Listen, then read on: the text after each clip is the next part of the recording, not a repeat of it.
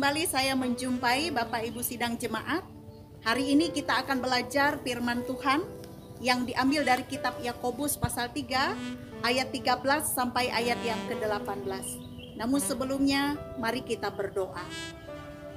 Bapa di sorga, tolonglah kami pada saat ini untuk dapat memahami isi hatimu dan pakailah hambamu untuk menyampaikannya. Amin. Yakobus pasal 3 ayat 13 sampai ayat 18 dan saya akan membacakan pada ayat yang ke-13. Demikian bunyi firman Tuhan. Siapakah di antara kamu yang bijak dan berbudi? Baiklah ia dengan cara hidup yang baik, menyatakan perbuatannya oleh hikmat yang lahir dari kelemah lembutan. Demikian bunyi firman Tuhan. Saudara-saudara, Bapak Ibu yang dikasihi dan diberkati oleh Tuhan kita Yesus Kristus, bagaimana caranya kita bisa mengenali siapa murid yang cerdas di sekolah? Mungkin ada yang menjawab, murid yang cerdas adalah murid yang sering menjawab pertanyaan dengan benar. Atau juga ada yang menjawab, murid yang cerdas adalah murid yang memiliki nilai yang tinggi di sekolah. Nah, demikianlah cara dunia mengukur kecerdasan seseorang. Namun berbicara tentang hikmat yang sebenarnya atau hikmat yang sejati, Tuhan memiliki cara penilaian yang sangat berbeda. Hikmat, kalau dari bahasa Yunani, Sophia, artinya kebijaksanaan, kemampuan seseorang untuk memutuskan perkara, pengetahuan dan kepandaian. Siapakah yang berhikmat? Siapakah orang yang berakal budi? Di dalam bagian firman Tuhan hari ini, Yakobus memulai dengan suatu pertanyaan. Siapakah di antara kamu yang bijak dan berbudi? Siapa yang bijak? Siapa yang berbudi? Lalu dilanjutkan oleh Yakobus, baiklah ia dengan cara hidup yang baik, menyatakan perbuatannya oleh hikmat yang lahir dari kelemah lembutan. Siapa yang bijak? Siapa yang berbudi? Maka Yakobus katakan orang yang bijak, orang yang berbudi adalah orang yang menunjukkan cara hidup yang baik, yang menyatakan perbuatan, yang memiliki hikmat, yang lahir dari kelemah lembutan. Kelemah lembutan artinya orang yang memiliki kerendahan hati. Artinya di sini Bapak Ibu Saudara, hikmat itu bukan hanya soal mempelajari kebenaran, tetapi hikmat itu adalah bagaimana menerapkan kebenaran itu di dalam kehidupan.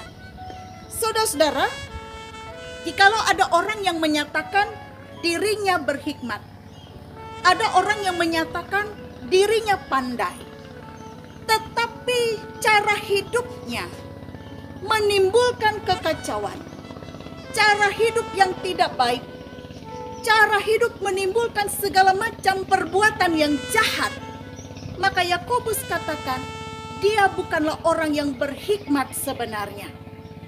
Percuma ia mengatakan dirinya pandai, dirinya memiliki pengetahuan, tetapi dia suka kepada kekacauan. Dia suka memfitnah, hatinya penuh dengan iri hati, dan ia memiliki motivasi untuk kepentingan dirinya sendiri.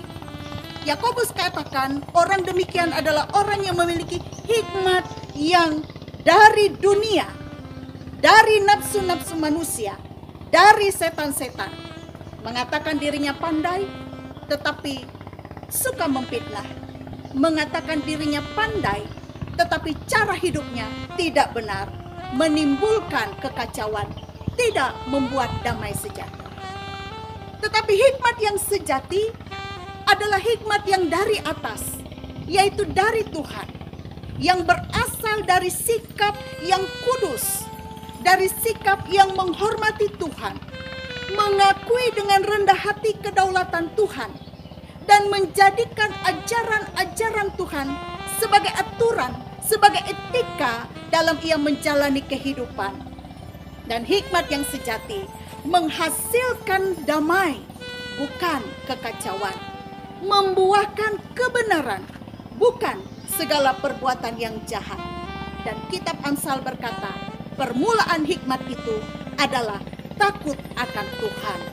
Dan orang yang takut akan Tuhan akan menunjukkan nilai-nilai hidup yang baik, akan menunjukkan cara hidup yang baik, yang sesuai dengan kehendak Tuhan. Karena itu Bapak Ibu Saudara, bagian firman Tuhan hari ini membawa kita untuk merefleksikan diri kita, merenungkan keberadaan diri kita di tengah-tengah dunia, di tengah-tengah masyarakat maupun jemaat. Bagaimana kehadiran kita di tengah-tengah masyarakat maupun jemaat?